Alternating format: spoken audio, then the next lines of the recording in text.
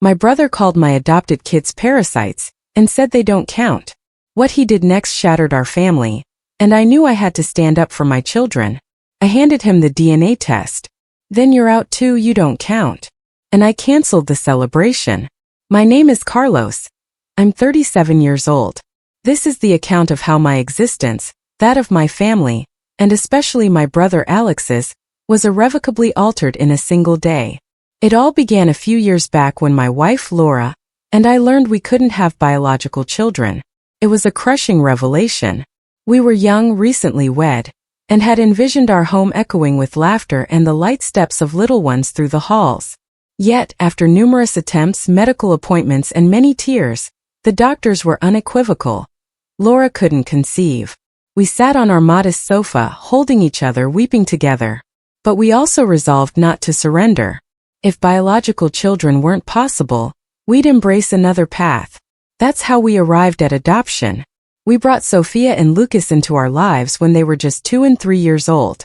They were siblings, having gone through an orphanage after a sorrowful experience I won't recount here, as it's not my tale to share. From the instant I saw them, I knew they were my children. Sophia, with her large eyes and timid chuckle, and Lucas, with his boundless energy and endless inquiries, filled our house with vitality. Laura and I cherished them as if they were born to us because in our hearts they were. However, not everyone in my family shared that view. My younger brother Alex always had a complex nature. He's 5 years my junior, and ever since we were children, he constantly craved being the center of attention. Our parents, Peter and Rose, pampered him extensively, perhaps because he was the youngest, or perhaps due to a connection they felt for him that I never quite grasped back then. Alex matured into a self-centered individual, perpetually seeking to exploit situations and possessing a sharp tongue he used without considering the pain it inflicted. When Laura and I introduced Sophia and Lucas to the family, everyone extended a warm welcome, except Alex. The first time Alex met my children, he barely spoke to them. He scrutinized them from head to toe, as if they were something peculiar, then told me privately, "It's strange, Carlos, adopting kids who aren't your blood. I don't know how you can truly love them as your own." Stung, but I dismissed it. I believed that with time he would change his perspective, that he would see how extraordinary Sophia and Lucas were. But that wasn't the case. Over the years, whenever Alex visited our home or we met at family gatherings, he would utter hurtful remarks. "Those kids don't resemble you, Carlos. Doesn't that bother you?" He'd say with a chuckle, as if it were a jest. Or when Sophia and Lucas tried to engage him in play, he would push them away with a "Stop bothering me. I'm not your real uncle." I always confronted him, telling him to cease, that they were my children, and I wouldn't tolerate him treating them in that manner. But Alex would merely shrug and declare, "I'm just speaking the truth, they're not family." My parents, Peter and Rose, sometimes attempted to mediate, but they were never firm enough with him. They consistently stated, "That's just Alex, don't take it personally." But for me, every comment was like a physical blow. Sophia and Lucas, being young, didn't always comprehend the malice in Alex's words, but gradually, they began to notice. Sophia became quieter when Alex was around. Lucas would sometimes ask me, "Dad, why doesn't Uncle Alex like us?" Each time I heard that, a fury ignited within me, along with immense sorrow. I tried to shield them, to tell them Alex was simply bitter, that they were perfect exactly as they were. But the harm was already done. Despite everything, I tried to maintain a connection with Alex. He was my brother after all, and even though I disapproved of his behavior, I wanted to believe that deep down he possessed some decency. Besides, my parents always urged me to be patient with him, that Alex had endured a lot, though they never clarified what they meant by that. So, I continued to invite him to gatherings, helping him when he required assistance because that's what family does, right? Though sometimes I questioned its worth. One day, Alex phoned me. His voice was full of excitement, a rare occurrence for him, as he usually sounded as if the world owed him something. He informed me his birthday was approaching, and he desired a grand celebration. He wished to rent an elegant event space with lavish catering, live music, and a guest list that included influential individuals he'd met at his new job as a real estate agent. But as always, there was a snag. He lacked the funds. "Carlos, you've always been the responsible one, the one who has everything under control. He told me with that blend of flattery and manipulation he habitually employed. I need your help with this. I don't want my friends to think I'm broke. If you lend me the money for the party, say $10,000, I'll repay you gradually, I promise. It wasn't the first time Alex had sought a favor from me. In recent years I had assisted him with rent, bills, even a car loan he never fully repaid. But this instance was different. It wasn't an emergency, but a party to inflate his ego. I wanted to decline, but something within me, perhaps the hope that for once Alex would appreciate something, made me agree. All right, Alex, I said. But this is the last time I bail you out. I'll arrange the party, but I want you to invite the entire family, including Sophia and Lucas, and you'd better treat them well. Sure, he replied quickly. It'll be a fantastic night, you'll see. Everyone's going to have a good time. Organizing the party wasn't simple. Finding an elegant venue, hiring a reputable catering service, a live band, and everything Alex desired cost a fortune. Laura cautioned me not to trust him, that Alex always found a way to disappoint us. But I insisted. I wanted my children to witness that despite everything, we were a unified family. I wanted Alex, for once, to display a modicum of gratitude. The day of Alex's birthday arrived, and everything seemed flawless. The venue was adorned with tasteful lighting, the tables were covered with white linens, and servers offered canapés and wine to the guests. Alex was in his element, flaunting before his friends, all dressed as if attending a gala. My parents, Peter and Rose, were seated at a table, smiling proudly as they observed Alex enjoying his day. Laura, Sophia, Lucas, and I arrived a little later, but we made sure to bring a present for Alex, a bottle of expensive whiskey I knew he favored. Sophia and Lucas were thrilled. They had spent the entire week discussing the party, how they wished to embrace their uncle, and wish him a happy birthday. Laura and I prepared them. We told them to behave well, but we also reminded them that if Alex said anything inappropriate, they should inform us immediately. I didn't want my children to endure any more suffering due to his attitude. The evening progressed smoothly. The band played gentle music, guests conversed and laughed, and Alex appeared to be on top of the world. When it was time for well wishes, guests began to approach him one by one to wish him a happy birthday. I watched Sophia and Lucas take their small gifts, a drawing Sophia had made and a card Lucas wrote, and walk towards Alex with hesitant smiles. Happy birthday, Uncle, Sophia said, extending her drawing. Yeah, happy birthday, Lucas added, offering the card. The room was filled with people, but in that moment, everything seemed to halt. Alex looked at my children with an expression I will never forget, a blend of disdain and revulsion. He pushed the gifts away with a flick of his hand and declared loudly for everyone to hear. Don't call me uncle. You don't belong to this family. Get these parasites out of here. Adopted kids don't count. The silence that followed was deafening. Sophia dropped her drawing to the floor, her eyes filling with tears. Lucas stood frozen, the card still in his hand, gazing at Alex as if he couldn't believe what he had just heard. Laura rushed to them, embracing them as murmurs from the guests filled the hall. I felt a rage I had never experienced before.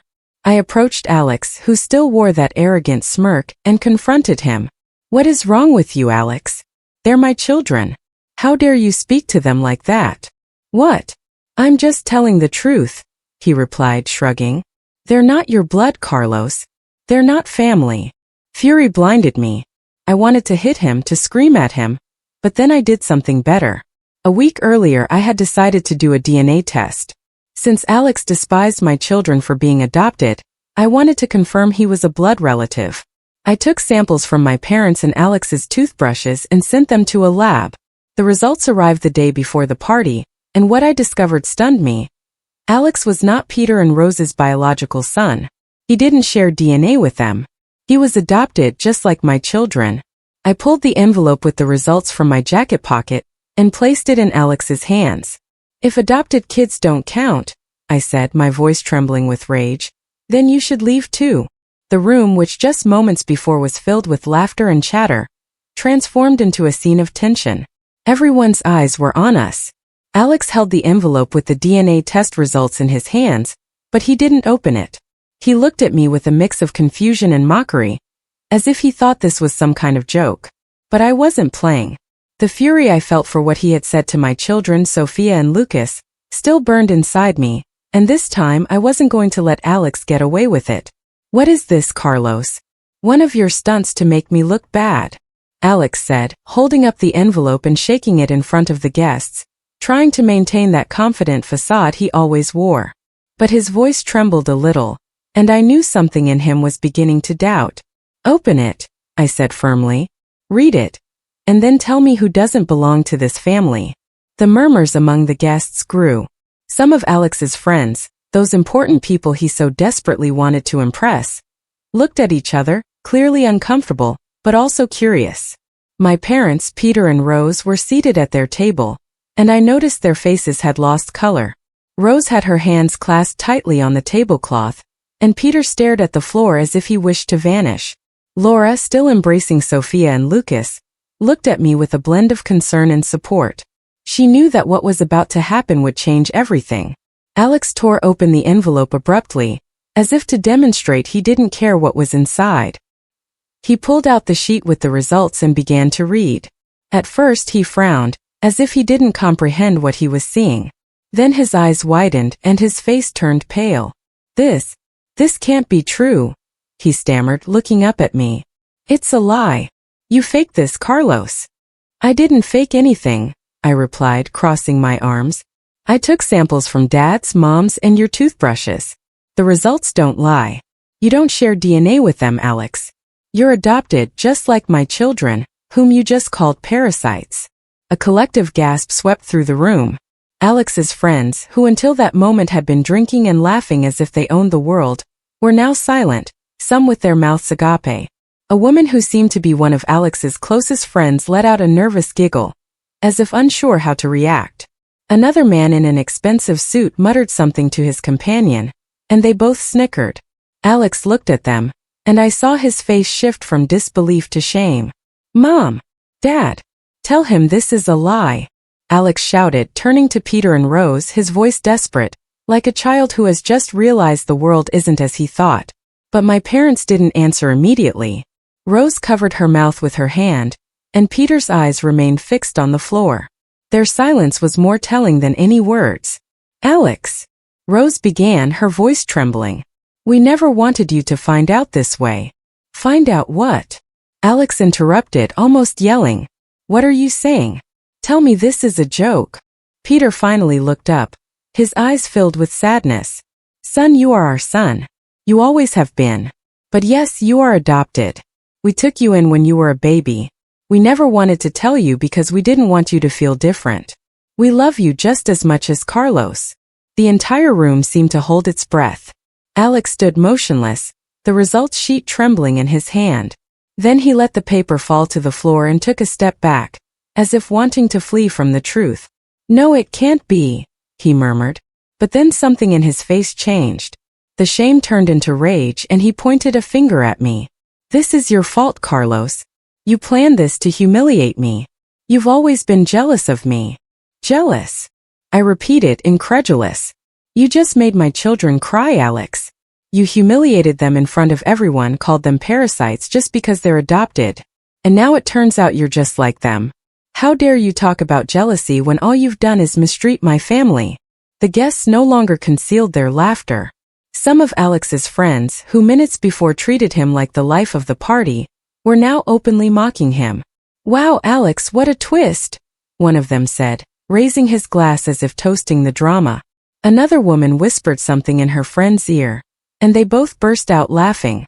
Alex looked around and I saw his world crumbling. The man who had organized this party to show off, to display to the world he was someone important, was now the center of ridicule. But I wasn't finished. The anger I felt for my children, for Sophia's tears, for the confusion in Lucas's eyes, gave me the courage to do what came next. I approached one of the event organizers who was standing near the entrance and said loudly for everyone to hear, "The party's over. Pack everything up. I paid for this and I say it ends now." "No, Carlos, don't do that," Alex screamed, running towards me, his voice desperate, almost pleading. "Please don't do this to me. It's my birthday. You can't cancel the party." "Can't I?" I replied, looking him straight in the eyes. You said adopted kids don't count, Alex. So, by your own words, you don't count. Get out. The organizer nodded and began giving instructions to his team. The waiters started clearing the tables, the band stopped playing, and the hall lights came on, shattering the party atmosphere. The guests, some confused, others clearly amused by the spectacle, began to gather their belongings. Some said goodbye to Alex with pats on the back and sarcastic comments like, "Good luck, champ," or, "What a memorable birthday." Alex stood in the center of the hall, watching everything fall apart. He tried to speak to his friends to convince them to stay, but most were already leaving. My parents approached him trying to console him, but Alex pushed them away brusquely. "Don't touch me. You lied to me my whole life," he yelled at them. Then he looked at me, his eyes filled with hatred. "This isn't over, Carlos. You'll pay for this." "We'll see," I replied, taking Sophia and Lucas by the hand. Laura followed us, and together we left the hall, leaving Alex alone in the middle of his ruined party. That night when we got home, Sophia and Lucas didn't talk much. They went to their rooms and Laura and I stayed in the living room trying to process what had happened. I felt torn. On one hand, I was furious with Alex for what he had said to my children. On the other, I couldn't help but feel a pang of guilt for how I had handled things. I had humiliated my brother in front of everyone, and although he deserved it, I knew that what happened that night would leave deep wounds in our family. I tried to talk to Sophia and Lucas the next day. I explained that what Alex had said wasn't true, that they were my children in every way that mattered, and that no one could take that away from them. Sophia nodded but remained quiet, her gaze distant. Lucas, who had always been more open with his emotions, hugged me and said, "Dad, thanks for defending us." That hug gave me the strength to move forward, but it also broke my heart.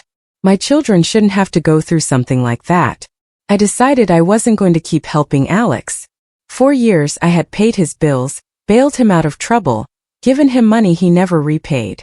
But after what he did, I couldn't continue. The next day, I canceled the automatic transfers I had set up for his rent and expenses. I sent him a message telling him that from now on, he would have to fend for himself. He didn't reply. A month later, I found out Alex had lost his apartment. He was furious with my parents for not telling him the truth about his adoption, so he didn't want to ask them for help. Instead, he ended up on the streets, living in shelters. Rose called me crying, asking me to help him, but I stood firm. "Mom," Alex crossed the line. "I'm not going to keep supporting him after what he did to my children." The following months were difficult. Sophia and Lucas were still affected by Alex's words. Sophia started having nightmares and Lucas became more reserved, especially when we talked about family. Laura and I took them to a therapist, someone who could help them process the pain and understand that they had done nothing wrong. Little by little, we started to see improvements. Sophia started drawing again and Lucas began to talk more, even laugh like before. But the damage was there, and I knew it would take time to heal completely. As for Alex, I haven't spoken to him since. My parents have tried several times to get us to reconcile, but I'm not ready. Maybe someday we can talk, but for now my priority is my children. They are my family, my world, and no one, not even my brother, has the right to make them feel like less.